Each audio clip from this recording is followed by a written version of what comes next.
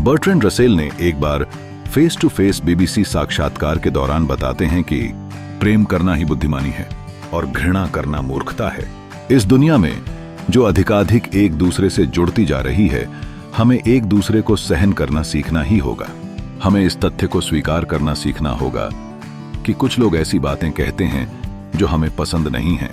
हम केवल इसी तरह साथ रह सकते हैं, लेकिन अगर हमें साथ रहना है और साथ मरना नहीं है, तो हमें एक तरह की उदारता और एक तरह की सहनशीलता सीखनी ही होगी, जो इस ग्रह पर मानव जीवन की निरंतरता के लिए बिल्कुल जरूरी है। बर्ट्रैंड रसेल का यह कथन जितना सरल है, उतना ही गहरा भी। उन्होंने सही कहा कि प्रेम करना बुद्धिमानी है, जबकि घृणा केवल मूर्खता है। हमारे समकालीन समाज में जहां संवाद और मतभेदों का जीवन दर्शन महत्वपूर्ण भूमिका निभाता है, यह समझना आवश्यक है कि प्रेम और सहिष्णुता ही मानवता को एकजुट रखने का आधार हैं। यदि हम एक दूसरे को सहन नहीं कर सकते, तो हम एक ऐसे समाज में जीने के लिए खुद को तैयार कर रहे हैं जो निरंतर द्वेष और असहमति से भरपूर होगा। रसेल की बातें हमें याद दिलाती हैं कि सहनशीलता का अभ्यास करना न केवल आवश्यक है, बल्कि यह हमारी जिम्मेदारी भी है।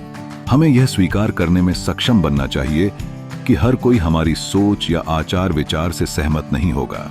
इसका अर्थ यह नहीं है कि हमें अपने विश्वासों से समझौता करना चाहिए, बल्कि हमें अपनी सहिष्णुता को विकसित करना होगा, ताकि हम विभिन्न मतों को सुन सकें और समझ सकें। इस समर्पित दृष्टिकोण से हम खुद को एक अधिक समृद्ध समाज में फलने फूलने का अवसर दे सकते हैं। हमें दूसरों की बातों और विचारों को सुनने के लिए अपने दिलों में एक जगह बनानी होगी, भले ही वे हमें पसंद ना आए।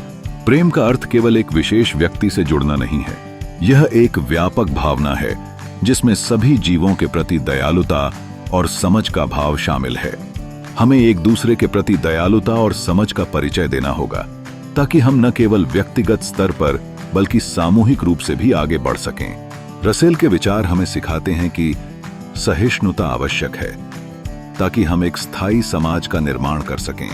यह हमें याद दिलाता है कि प्रेम करना न केवल दूसरों के प्रति बल्कि अपने भीतर भी एक ताकत है।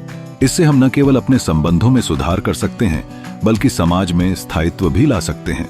आखिरकार, जिस मानवता की निरंतरता को हम सभी चाहते हैं, उसके लिए एकजुटता और प्रेम को अपनाना बेहद जरूरी है।